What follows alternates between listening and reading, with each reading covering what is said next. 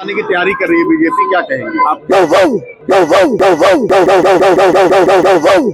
ये देखा आपने, इनको जानते हैं? ये है कांग्रेस की नेता और तेलंगाना से राज्यसभा सांसद रेणुका चौधरी, जो संसद को अपना घर समझ बैठी है या फिर पिकनिक स्पॉट। इनसे मीडिया वालों ने पूछा कि आप संसद के अंदर कुत्ता लेकर आ गए, आपने संसद के नियमों का उल्लंघन कर दिया, उस नियम का जिसके अनुसार कोई भी वस्तु, सामग्री या पशु जो भी सुरक्षा या शिष्टाचार से समझौता कर सकता हो, लोकसभा या संसद परिसर में प्रवेश नहीं कर सकता। और इसके लिए आपके खिलाफ प्रिविलेज मोशन या निलंबन जैसी कार्रवाई भी हो सकती है। तो रेणुका चौधरी का जवाब ये था। और क्या बोलूं? चल। ये नेता है और ये है इनकी भाषा, और जिस तरीके से, जिस अंदाज से इन्होंने बिल्कुल डॉगेश भाई की तरह आवाज निकाली, उसे देखकर इस बात से इनकार नहीं किया जा सकता कि जल्दी ही रेणुका को डॉगेश भाई के परिवार में शामिल कर लिया जाएगा। दोस्तों, ये पहली बार नहीं है जब रेणुका चौधरी सुर्खियों में आई हैं। इससे पहले राज्यसभा में पीएम मोदी के एक भाषण के दौरान अचानक रेणुका चौधरी इतनी जोर से हंसी थी कि पीएम मोदी ने इनकी हंसी की तुलना रामायण की शूर्पणखा से कर दी थी। मेरी आपको प्रार्थना है, रेणुका जी को कुछ मत कीजिए। रामायण सीरियल के बाद ऐसी हंसी सुनने का आज सौभाग्य मिला है। वास्तव में रेणुका चौधरी जैसे नेता काम ही नहीं करना चाहते। इनको कोई काम नहीं करना होता है, इनको राज्यसभा की सीट मिल जाती है, बस फिर ये संसद को अपने पिताजी की जागीर मानने लगते हैं।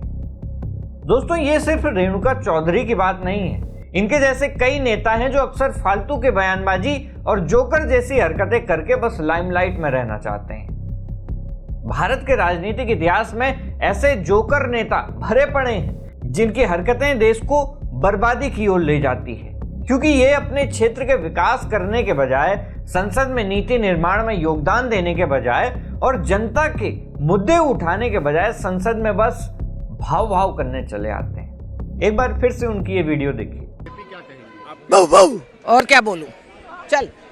मैम प्रिविलेज मोशन आपके खिलाफ लाने की तैयारी की जा रही है, इस पर क्या कहना चाहिए? जब आएगी देखा जाएगा, ऐसी क्या परेशानी आपका है? कोई जवाब उनके लिए? जब आएंगे ना, मैं मुंह तोड़ जवाब दूंगी। ये वो लोग हैं जो संसद को थिएटर बना देते हैं, जहां असली मुद्दे महंगाई, बेरोजगारी, किसानों की आत्महत्या दब जाते हैं और सिर्फ चलती है तो स्टंटबाजी। एक नेता थे लालू प्रसाद यादव, जिन्हें उनके कामों से ज्यादा उनके मजाकिया मिजाज के लिए याद किया जाता है। और आज भी जब किसी का मूड खराब होता है तो वो इंटरनेट पर लालू यादव कॉमेडी वीडियो जाकर सर्च करता है। 50 करोड़ 70 करोड़ 90 करोड़ कितना चाहिए? अब विद्यार्थी परिषद का लड़का आगे बैठ के मोदी मोदी मोदी। ये बात सही नहीं है कि रेल मांगा गया था। नहीं मांगा गया था तो नहीं मांगा गया था तो नहीं मिलेगा अब कभी।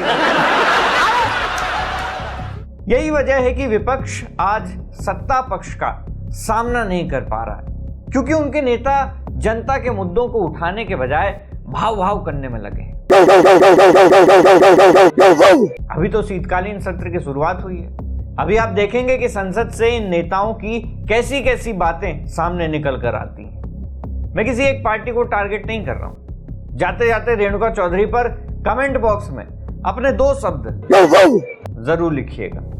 मैं हूं उमेश द्विवेदी और आप देख रहे थे सरकारी मंथन। नमस्कार।